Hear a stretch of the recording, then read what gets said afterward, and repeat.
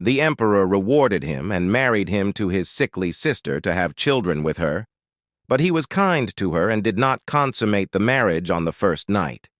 He deceived the maidservants, and when his father decided to kill her, his wife refused and said to him, "This means that we will all die if we do that." And here the Marquis said to himself in anger, "Kingdom of Escalier."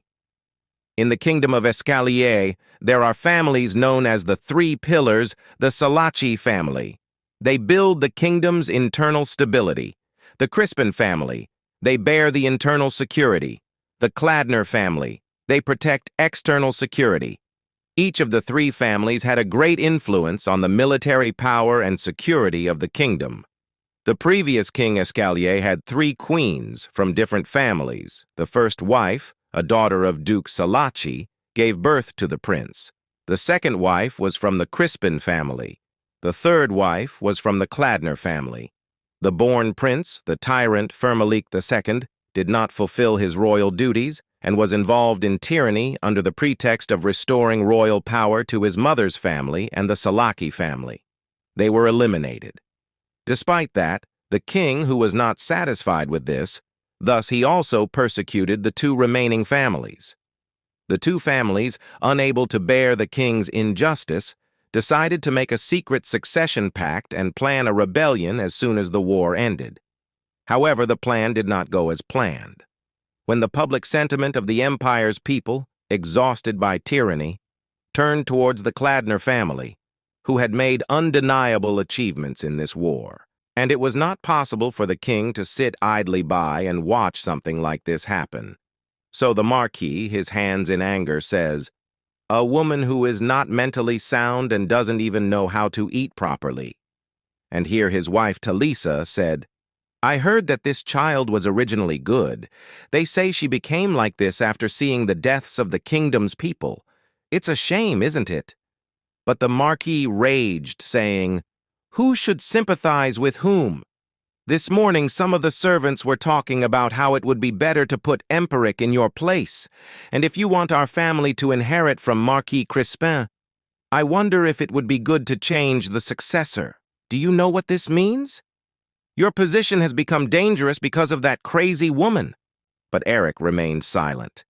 Then he said, "Archduke Hegel is still hesitant." But the Marquis said, "Doubt it. He is also faint-hearted." Then in anger he said, "And when he was torn in half, his brain was also torn in half." The king's cousin, Archduke Hegel, was the only other member of the royal family still alive, except for the princess. He had been a necessary figure to legitimize the betrayal, but one day, due to an accident, he became disabled and was unable to leave a successor. Therefore, he continued to live a life close to isolation. So he rose in anger and said, "Nothing works, nothing works." Then he left quickly. Here, Talisa said, "We can't even defeat one man." Then she poured him some wine and said, "Eric, what do you think about uniting the 2 families through marriage?" Eric replied, "It was impossible from the start. And now that the king is watching closely, there's no reason to draw attention to ourselves by holding a ceremony. And if it's not clear who will take the throne after that, it could take years to convince the nobles." Talisa asked, "How long can the duke's daughter remain unmarried?" Talisa said, "That's all. If you've been floundering on the battlefield for too long, your mind might become rigid when it comes to politics. And in this situation that is even obvious to children, you're talking about killing that child," Eric replied. "First, we need to observe the situation, Talisa, and in that sense, you, Eric, it's good not to be criticized by the maids, but Talisa, that child, Eric. Try not to be kind to that child." Eric was shocked by her request. And here Talisa continued and said, "There is nothing clearer than the feelings of men. I don't expect my son to be different, and if it is a kindness that will be harvested later, it is better not to show it from the beginning."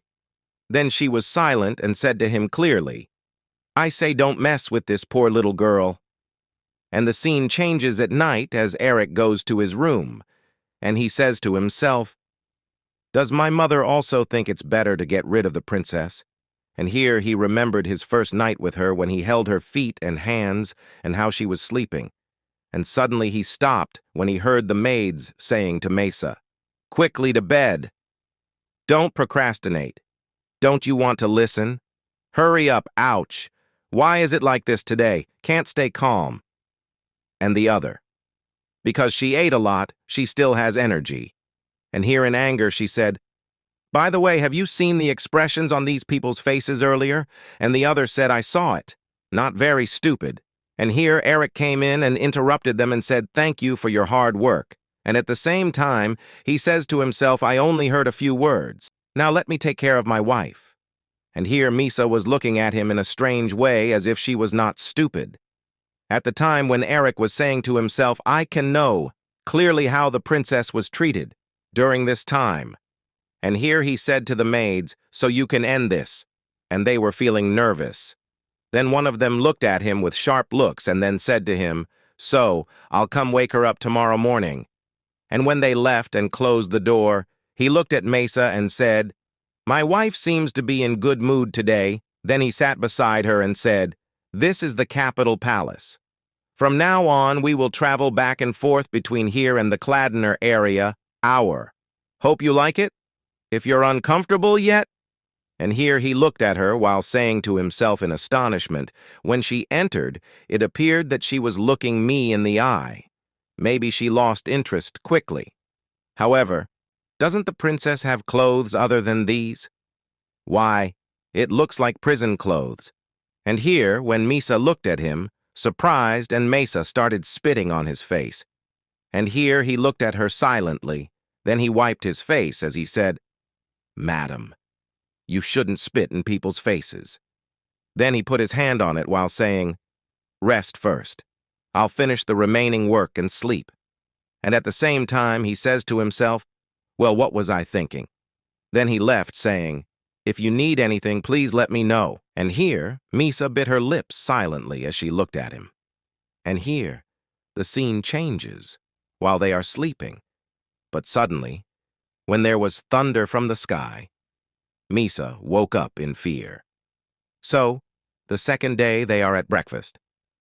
Eric told her, "Did you have any problems sleeping last night?"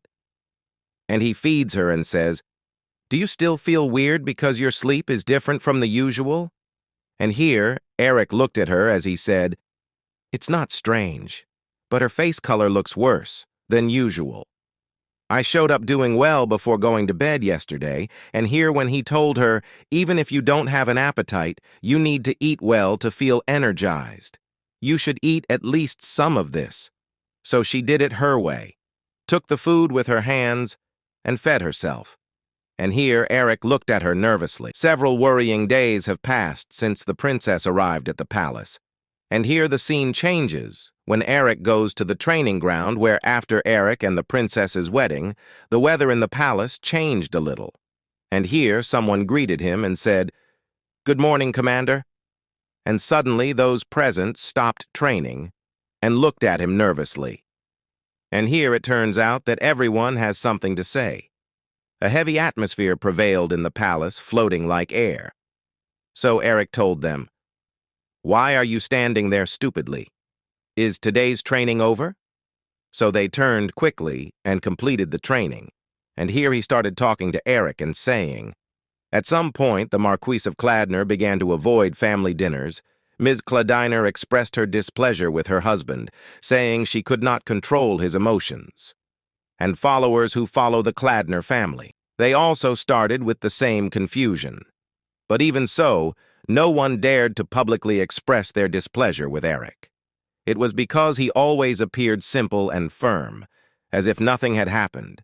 And here, when Eric finished training, he asked the butler and said, "Where's my wife?" And the server, "She spent the morning looking around. She is now in the maid's workroom." And here Eric said, "Also today." Then he went to the maids' room, who were wrapping around the sleeping princess on the floor, and one of them started saying while looking at her, "She must be very comfortable, so much so that she sleeps without waking up."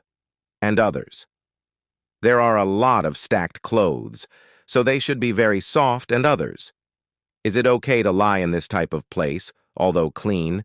These are the clothes we wear. By the way, look at how shiny her hair is, even the lady. You won't be that beautiful. I've seen a cat like this before that was white. Very. Wow. How cute. And here Eric arrived, and one of the maids said, "Sir, you have come." And Eric came in and said, "Are the maids out again?" And here he means the princess maids. The maid said, "Yes, that's why we took good care of her. We also informed the elder lady through the butler that she was here alone." And Eric said, "Good job," and the maid. The floor was very cold and hard, so our clothes were. And here Eric took Mesa and told them, "Everyone get back to work. Now let me take care of her." He took her to the bedroom, but suddenly she woke up and tried to get down. And that's where Eric said to her, "Please wait until I drop you off. If you fall, you'll get hurt." And here he put her on the bed and started looking at her silently. Then he said to himself, "After watching Princess for a few days, it appeared that she didn't love me very much. For some reason, she seemed to think I was just the fastest mode of transportation." And here, when he tried to get close to her, she moved away from him and hid her face. And here Eric was shocked, and then said to her, "I didn't mean to scare you, but I'll remove the stuck things on your head right away." And he did that. Then he looked at her while saying to himself, "Are you too scared?" And here, when she showed her face, Eric looked at her in amazement as he said to himself, "I've seen a cat like this before. She was extra white," and he started laughing, and the scene changes on Mesa while she is sleeping, and Eric was sitting at his desk, and he was reading a letter belongs to the two maids, Malika and Deli, and they, maids of the royal palace. And here he started thinking while saying to himself, seeing how maids stay with the princess every time, and how they leave every time the opportunity arises, there certainly seems to be a hidden intention. There are also concerns about the food problem in the territory. A lot to worry about. Then he took the letter sealed with red wax and looked at it nervously. He says, "And now there was something else to care about. And this message is a report about the great master, who is his father, the Marquis." And he started reading it, and he was saying the report, as a result of the observation that someone made in it. "Today, at your request, it turns out that they held a meeting yesterday evening in that house's outside. Waitress pub and head of the Cladner family.